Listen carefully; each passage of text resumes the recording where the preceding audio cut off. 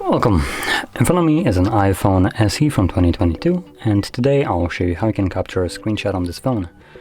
So in here we will utilize the actual button because we do have it. So what you need to do is press power key and the home button at the same time. So let's do that right now. After unlocking it, there we go.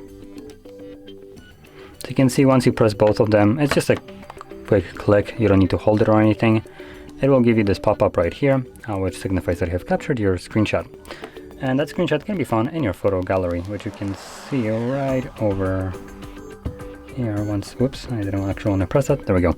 Once you get to go to the actual application. So, are you kidding me? Just get rid of this. There we go, full screen.